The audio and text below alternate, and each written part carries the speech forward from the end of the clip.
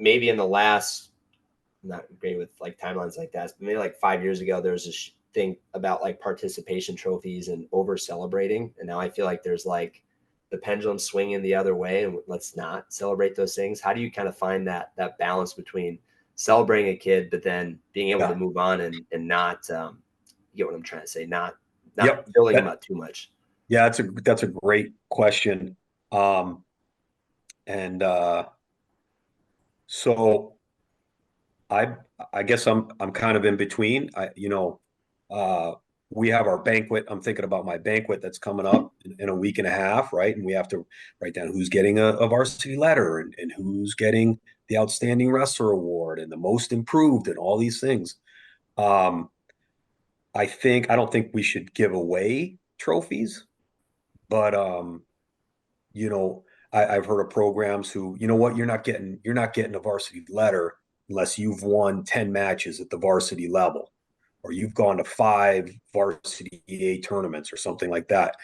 I've changed that, and I will give a kid a varsity. There's no formula, but I'll give a kid a varsity letter who has helped the team out and wrestled in 3 dual meets and maybe one varsity tournament, and even if he went, you know, 3-8, you're getting a varsity letter. Yeah. Where we could say, you know what, that guy's not tough enough. He didn't win, and take that attitude. But um, I think you need a little bit of both. I think you need to be flexible, and especially in our sport. Again, wrestling coaches have a tendency of, at least they used to. I don't know about now, but I think they do now. A tendency of what's the right words, of creating an atmosphere where only the toughest can survive. Instead of being flexible and saying, you know what, we're going to take on all these kids, and we're gonna create an atmosphere where a kid who is not the best wrestler or the most physically gifted or have the best conditioning, where we're going to create an atmosphere where that kid can make it through the season, and whatever that takes. And he may not help your program win the state championship, but I'll tell you what, I told my team this after we got back from the state tournament, we have a wrestling PE class, and we've got, whatever, 60 kids sitting in the stands, and 14 plus the 5 girls that went to state are in the stands, and I've got all these other kids looking at me, and some of them don't even know, what the state tournament looks like, or that Yeah. probably some of them didn't even know that it was that weekend. And I'm talking to these kids, and I told them, I said, you know what, we're going to get championship rings, and you guys are all getting them. Number one, and number two, you guys are all state champions on this whole team. I don't care, if you didn't place at state, if you didn't go to state, if you just started wrestling this year and you've only wrestled 5 matches and you didn't even win a match, you're a state champion.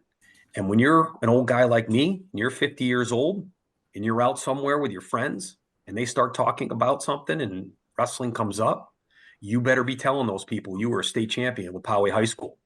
And we want to create this atmosphere where it's a great thing to be a wrestler, because then that kid, he may have never even wrestled a varsity match. What if he has 3 kids? He's going to say, hopefully that kid, that father will say, my sons are going to wrestle. They're going to wrestle. And that's how we grow the sport. You and I make it a great experience for every single kid. We shouldn't be making cuts. No team should be making cuts in the sport of wrestling.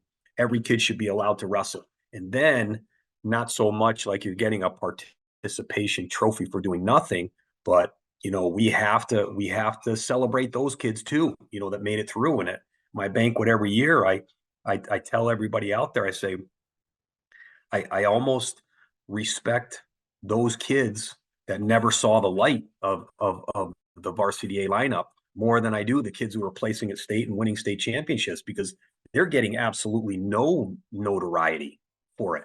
And here they are in the room, and like we said, in a quote unquote fight every single day, for what? They know, by the end of the season, they know they're not going to be a state champ. But we need to retain those kids, and those people are going to, be the backbone of our sport.